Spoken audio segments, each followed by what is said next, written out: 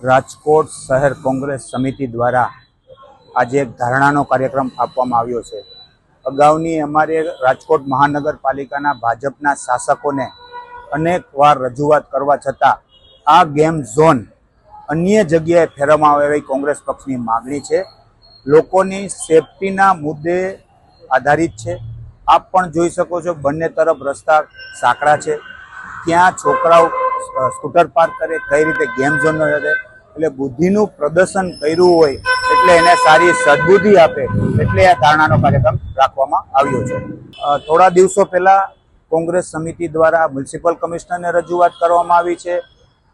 એના પછી બીજો કાર્યક્રમ લોકોના સૂચન પણ મગાવવામાં છે। અહીંના બ્રિજની નીચે જે ગેમ ઝોન છે, સામેના દુકાનદારો, સ્કૂલવાળા, એની પણ ના છે, પણ આ ભાજપની જીદની હિસાબે આ ગેમ ઝોન થઈ રહ્યો છે। ત્યારે કોંગ્રેસ પક્ષ સખત વિરોધ કરે છે અને આવનારા દિવસોની અંદર બીજી વખત ટીઆરપી ગેમ ન બને એ બાબતમાં ધારણા કરવામાં આવ્યા છે।